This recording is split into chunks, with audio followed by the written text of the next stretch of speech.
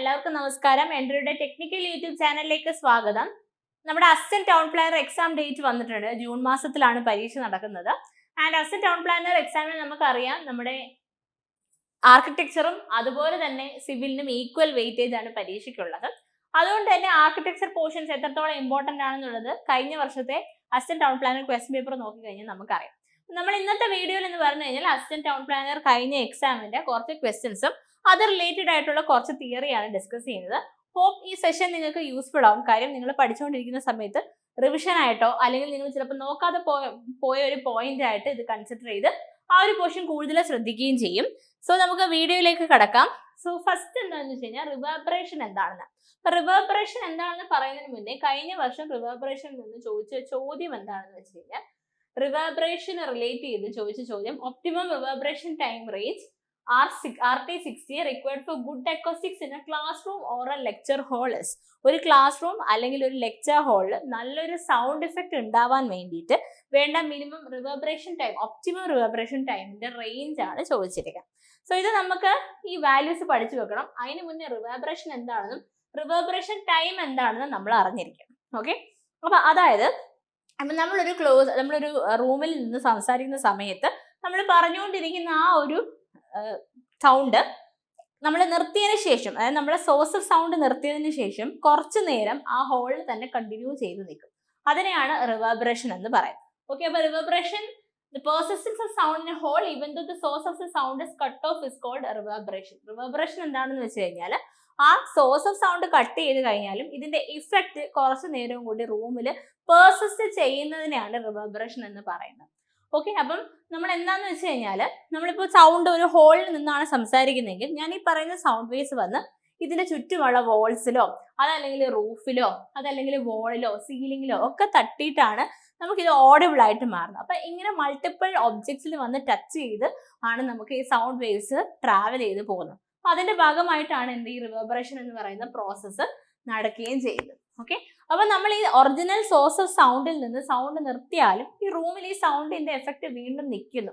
എത്ര സമയം വരെ അത് നിൽക്കുന്നു, ആ സമയത്തിനെയാണ് നമ്മൾ റിവേർബറേഷൻ ടൈം എന്ന് പറയുന്നത്. Okay, the time during the sound persist is called reverberation time. ആ ടൈം എത്ര നേരത്തോളം ഈ സൗണ്ട് പെർസിസ്റ്റ് ചെയ്യുന്നോ അതിനെ റിവേർബറേഷൻ ടൈം എന്ന് പറയും. ഓക്കെ, അപ്പം ഇറ്റ് ഇസ് എ ടൈം. അന്നേരം റിവേർബറേഷൻ ടൈമിന്റെ രണ്ട് ഡെഫിനിഷൻസ് ഉണ്ട്, അതൊന്ന് ഓർത്തു വെക്കണം. It's a time taken by the reverberant sound to decay to its 1/1,000th of its sound intensity level existing at the time the source of sound stopped. അതായത് നമ്മൾ സൗണ്ടിന്റെ സോഴ്സിൽ നിന്ന് സൗണ്ട് സ്റ്റോപ്പ് ചെയ്ത് കഴിഞ്ഞാലും എത്രത്തോളം ടൈം ആ സൗണ്ടിന്റെ ഇന്റൻസിറ്റി ഒറിജിനൽ ഇന്റൻസിറ്റിയെക്കാളും 1/1,000th of the sound intensity കുറയണം. ആ ഒരു ടൈമിനെയാണ് നമ്മൾ എന്ത് പറയുന്നത്, റിവേർബറേഷൻ ടൈം എന്ന് പറയുന്നത്. It is the time taken by the reverberant sound to decay to its 1/1,000th of its sound intensity. ആ സൗണ്ട് ഇന്റൻസിറ്റിയുടെ 1/1,000th ആയിട്ട് ഡീകേ ചെയ്യാൻ എത്ര സമയം വേണ്ടി വരുന്നു അതിനെയാണ് നമ്മൾ എന്ത് പറയുന്നത്, റിവേർബറേഷൻ ടൈം എന്ന് പറയുന്നത്. ഓക്കെ, ഇനി അതല്ലെങ്കിൽ അതും ഒരു ഡെഫിനിഷൻ ആണ്. ഈ ഡെഫിനിഷൻ വേണമെങ്കിൽ തന്നിട്ട് ഇതിന് റിവേർബറേഷൻ ടൈം ആണോ എന്ന് പറഞ്ഞ് ചോദിക്കാം. അതുപോലെ തന്നെ വേറൊരു ഡെഫിനിഷൻ എന്താന്ന് വെച്ചാൽ it is A period of time in seconds which is required for the sound energy to decay or diminish by 60 decibel after the sound source has stopped.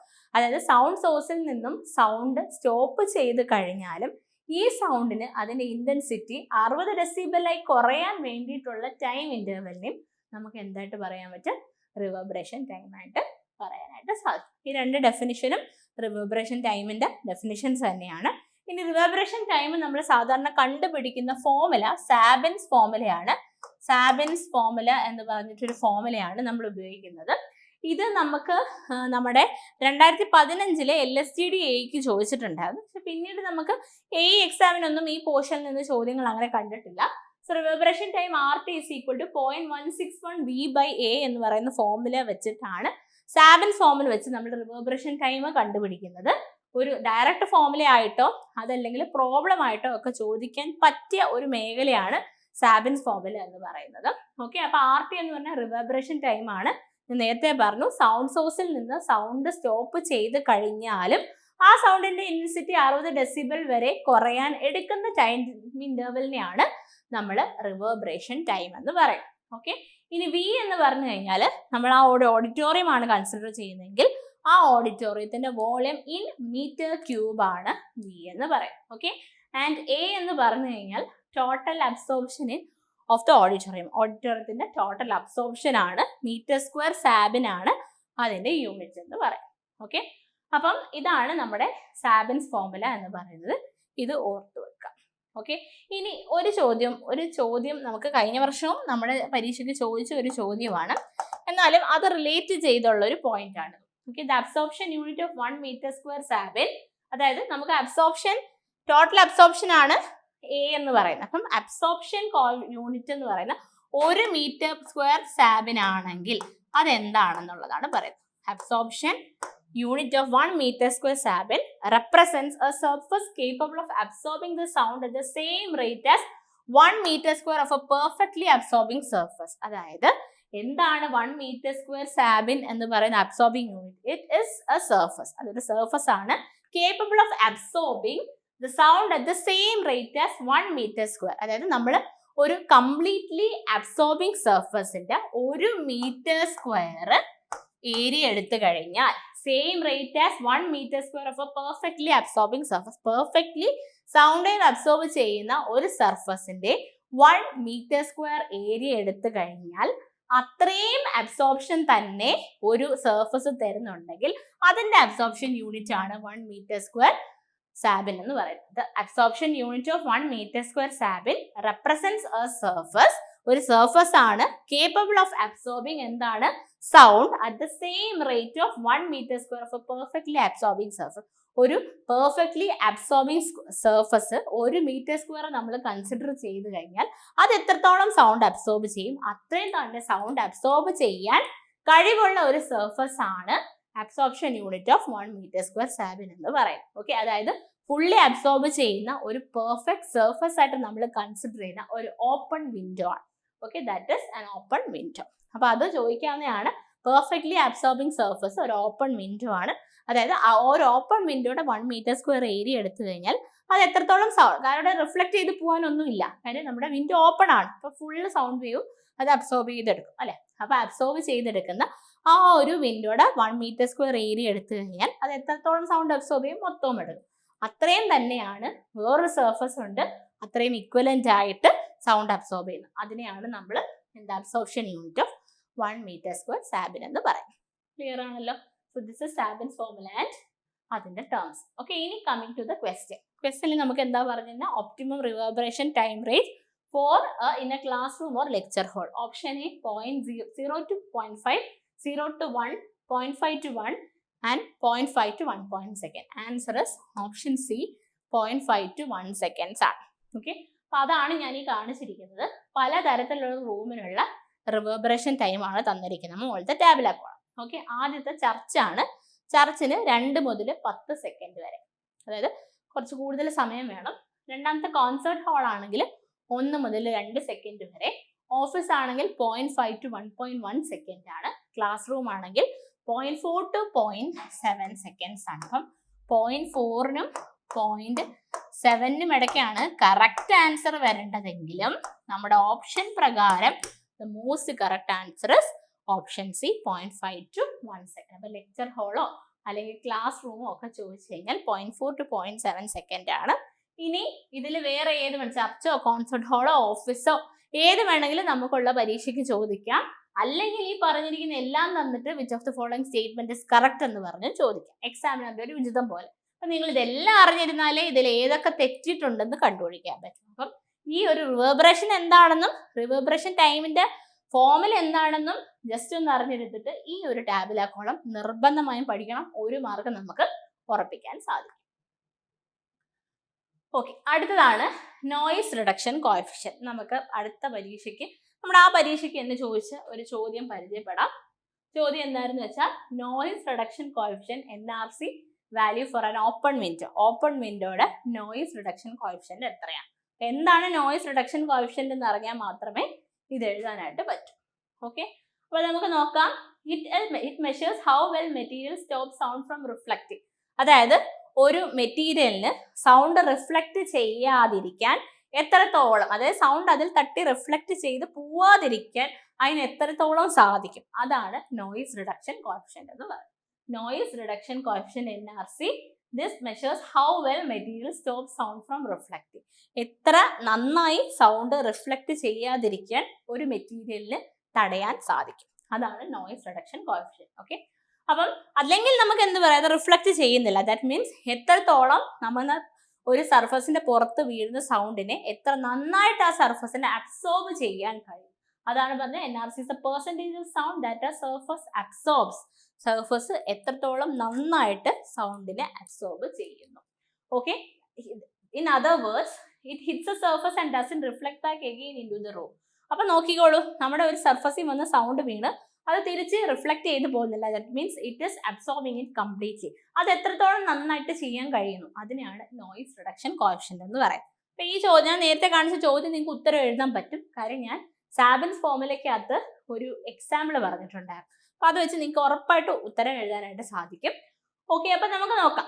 Okay, നമുക്ക് NRC 0.4 വരുന്ന, അതായത് കാർപ്പറ്റ് ഓൺ റബ്ബർ അണ്ടർലൈൻ, അതായത് rubber underline കിടക്കുന്ന ഒരു carpet. ആ കാർപ്പറ്റിന്റെ NRC value എന്ന് പറഞ്ഞാൽ 0.4 ആണ്. അതിന്റെ അർത്ഥം എന്താന്ന് വെച്ച് കഴിഞ്ഞാൽ ഈ കാർപ്പറ്റിന്റെ പുറത്ത് വീഴുന്ന മൊത്ത സൗണ്ടിന്റെ 40% അത് എന്ത് ചെയ്തെടുക്കുന്നു, അബ്സോർബ് ചെയ്തെടുക്കുന്നു. Absorb 40% sound hitting it. ബാക്കി 60% എന്ത് ചെയ്യുക, ഇത് ബൗൺസ് ബാക്ക് ചെയ്ത് കൊടുക്കുവാണ്. ഓക്കെ, ഇനി ഒരു ഗ്ലാസ് വിൻഡോസ് നമ്മൾ എടുക്കുവാണെങ്കിൽ, ഒരു ഗ്ലാസ് ഇട്ട വിൻഡോ ആണെങ്കിൽ നമുക്ക് അതിനകത്ത് നമ്മുടെ നോയിസ് റിഡക്ഷൻ കോഎഫിഷ്യന്റ് 0.05 ഉള്ളൂ. അതായത് അതിന്റെ പുറത്ത് വരുന്ന 95% സൗണ്ടിനെ അത് റിഫ്ലക്ട് ചെയ്ത് കളയുവാണ്. 5% മാത്രമേ ആ സർഫസ് അബ്സോർബ് ചെയ്തെടുക്കുന്നു. ഓക്കെ, അപ്പം അതാണ് നമ്മുടെ നോയിസ് റിഡക്ഷൻ കോഎഫിഷ്യന്റ്. അപ്പൊ നമുക്ക് ചോദ്യത്തിലേക്ക് വരാം.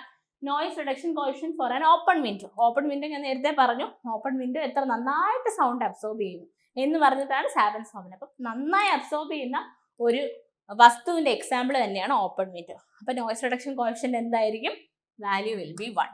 Okay, and open window has noise reduction coefficient of 1. അതായത് പെർഫെക്റ്റ് സൗണ്ട് അബ്സോർപ്ഷൻ ഉള്ള എക്സാമ്പിൾ ആണ് ഓപ്പൺ വിൻഡോ എന്ന് പറയുന്നത്. നത്തിങ് അത് റിഫ്ലക്ട് ചെയ്ത് കളയുന്നില്ല. ഓക്കെ, അടുത്ത ചോദ്യം നോക്കാം. The maximum distance between the source and reflecting surface beyond which acoustic defect of echo creates an issue within the explosion. അതായത് ഇവിടെ ഒരു ഡിസ്റ്റൻസ് ആണ് ചോദിച്ചിരിക്കുന്നത്. Maximum distance between the source and the reflecting surface. Echo നിങ്ങൾക്ക് എല്ലാവർക്കും അറിയാലോ.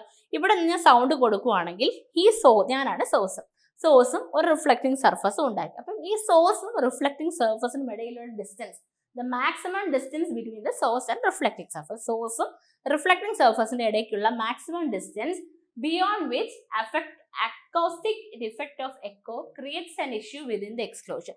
അതിൽ കൂടുതൽ, അതായത് ഈ സോഴ്സിന്റെയും റിഫ്ലക്റ്റിംഗ് സർഫസിന്റെ ഇടയിലുള്ള മാക്സിമം ഡിസ്റ്റൻസ് അതിൽ കൂടുതൽ പോയി കഴിഞ്ഞാൽ എന്ത് സംഭവിക്കും, നമ്മുടെ എക്കോ കാരണമുള്ള അക്കോസ്റ്റിക്കൽ ഡിഫക്റ്റ് ഉണ്ടാകും. അതായത് എക്കോ കാരണം ബുദ്ധിമുട്ടുണ്ടായി തുടങ്ങുന്ന ആ ഒരു permissible limit of distance between the source and the reflecting surface. Option A 17 meter, option B 23 meter, option C 28 meter and option D 34 meter. അപ്പോൾ ഇവിടെ നിങ്ങൾക്ക് കാണാതെ പഠിച്ചു വെച്ചാൽ മതി, പക്ഷെ എങ്ങനെയാണ് വന്നിരിക്കുന്നതെന്ന് അറിയാം. ഓക്കെ, അപ്പൊ നമുക്ക് സാധാരണ ഒരു സൗണ്ട് നമ്മൾ കേട്ട് കഴിഞ്ഞാൽ ആ സൗണ്ട് ചെവിയിൽ തന്നെ ഒരു 0.1 സെക്കൻഡ് വരെ പെർസിസ്റ്റ് ചെയ്തുകൊണ്ടേ 1 സെക്കൻഡ് വരെ നമുക്ക് ഇങ്ങനെ കേട്ടുകൊണ്ടിരിക്കാൻ സാധിക്കും. ഓക്കെ, അപ്പൊ നമുക്ക് എന്താണ് നമ്മുടെ എയറിലുള്ള speed of sound in air നമ്മൾ 340 മീറ്റർ പെർ സെക്കൻഡ് ആയിട്ട് എടുക്കുവാണ്. അങ്ങനെയാണെങ്കിൽ നമുക്ക് ഈ ഡിസ്റ്റൻസ് കണ്ടുപിടിക്കാനായിട്ട് സാധിക്കും. അപ്പം നമുക്ക് ഡിസ്റ്റൻസ് ഇസ് ഈക്വൽ ടു എന്തറിയാം, സ്പീഡ് ഇൻറ്റു ടൈം എന്നാണ്. Okay, speed of the sound എത്രയാണ്, നമുക്ക് 340 metre per second into time എന്ന് പറഞ്ഞാൽ 0.1 സെക്കൻഡ് ആണ് നമ്മുടെ ഒരു സൗണ്ട് ചെവിയിൽ തന്നെ നിൽക്കുന്നത്. എക്കോയ്ക്ക് വരാവുന്നൊരു ടൈം ലിമിറ്റ് ആണ് 0.1. 340 ഇൻറ്റു 1 അതായത് 34 മീറ്റർ. അതായത് ഒരു സോഴ്സിൽ നിന്ന് സൗണ്ട് വന്ന് ആ സർഫസിൽ വന്ന് തട്ടി റിഫ്ലക്ട് ചെയ്ത് വീണ്ടും നമ്മുടെ ചെവിയിൽ എത്തുന്ന ആ ഒരു ടോട്ടൽ ഡിസ്റ്റൻസ് ആണ് 34 മീറ്റർ. മനസ്സിലായോ? അതായത് ഇവിടെ നിന്ന് ഞാൻ സൗണ്ട് ഉണ്ടാക്കി, ആ സൗണ്ട് സർഫസിൽ പോയി റിഫ്ലക്ട് ചെയ്ത് വീണ്ടും എൻ്റെ ചെവിയിൽ വരുന്ന ആ ടൈമാണ് 0.1 സെക്കൻഡ്. സോ അത് വെച്ച് കാൽക്കുലേറ്റ് ചെയ്ത ഡിസ്റ്റൻസ് ആണ് 34 മീറ്റർ എന്ന് പറയാം. അപ്പോൾ 34 മീറ്റർ എന്ന് പറഞ്ഞാൽ ഇവിടെ എൻ്റെ സോഴ്സിൽ നിന്നും നമ്മുടെ റിഫ്ലക്റ്റിംഗ് സർഫസിലെത്തി അവിടെ നിന്ന് റിഫ്ലക്ട് ചെയ്ത് വീണ്ടും സോഴ്സിൽ എത്തുന്ന ടൈമാണ്. അതായത് ഇവിടെ നിന്നൊരു ഡിസ്റ്റൻസ് തിരിച്ചൊരു distance, total two and fro distance ആണ് 34 മീറ്റർ. അപ്പം സോഴ്സും റിഫ്ലക്റ്റിംഗ് സർഫസും തമ്മിലുള്ള ഒറിജിനൽ ഡിസ്റ്റൻസ് എന്ന് പറയുന്നത് എന്തായിരിക്കും? ഈ 34ന്റെ പകുതിയായിരിക്കും. കാര്യം ഇവിടെ നിന്ന് അവിടെ എത്തി അവിടെ നിന്ന് തിരിച്ചെത്തുന്ന ഡിസ്റ്റൻസ് ആണ് 34 മീറ്റർ അല്ലേ? അപ്പം 34ന്റെ പകുതിയായിരിക്കും, that is 17 metre. So answer എന്ത് വരും? Option A 17 metre. Maximum distance limit എന്ന് പറഞ്ഞാൽ 17 മീറ്റർ. ഓക്കെ, ഈ അടുത്ത ചോദ്യം കഴിഞ്ഞ വർഷത്തെ ക്വസ്റ്റ്യൻ പേപ്പറിൽ നിന്നുള്ള ചോദ്യമാണ്. The loudness inside in a room is measured by means of dash and this unit is arrived on the basis of dash. അതായത് ഒരു റൂമിനകത്തുള്ള ലൗഡ്നെസിന്റെ യൂണിറ്റ് എന്താണ്, അത് എന്തിന്റെ ബേസിൽ ഡിറൈവ് ചെയ്തെടുത്തു. അപ്പൊ ഇവിടെ ഡെസിബൽ ഒക്കെ ഓപ്ഷനിലുണ്ട്, ഡെസിബലിലേക്ക് പോവരുത്. ലൗഡ്നെസ്സും ഇന്റൻസിറ്റി ഓഫ് സൗണ്ടിന്റെ യൂണിറ്റ് ആണ് നമ്മൾ ഈ പറയുന്ന ഡെസിബൽ. പക്ഷെ ലൗഡ്നെസിന്റെ യൂണിറ്റ് ഫോൺസ് ആണ്. ഓക്കെ, സോ ഡെസിബൽസ് എന്ന് പറയുന്ന സൗണ്ട് ഇന്റൻസിറ്റിയുടെ യൂണിറ്റും അതുപോലെ തന്നെ ഫോൺസ് എന്ന് പറഞ്ഞു കഴിഞ്ഞാൽ it is the unit of loudness ആണ്. ഓക്കെ, അതായത് നമുക്ക് ഈ നമ്മുടെ ഇന്റൻസിറ്റി എന്ന് പറയുന്ന ആക്ച്വലി നമുക്ക് എന്ത് ചെയ്യാൻ പറ്റത്തുള്ളൂ, ഒരു ഫിസിക്കൽ പ്രോപ്പർട്ടിയാണ് ഇന്റൻസിറ്റി. ലൗഡ്നെസ് എന്ന് പറഞ്ഞാൽ നമുക്ക് സബ്ജക്ട് എക്സ്പീരിയൻസ് ചെയ്തെടുക്കുന്ന ഒരു സംഭവമാണ് ലൗഡ്നെസ്. ലൗഡ്നെസിന്റെ യൂണിറ്റ് ഫോൺസും സൗണ്ട് ഇന്റൻസിറ്റിയുടെ യൂണിറ്റ് എന്താണ്? ഡെസിബലുമാണ്. And it is based on ഏതാണ്?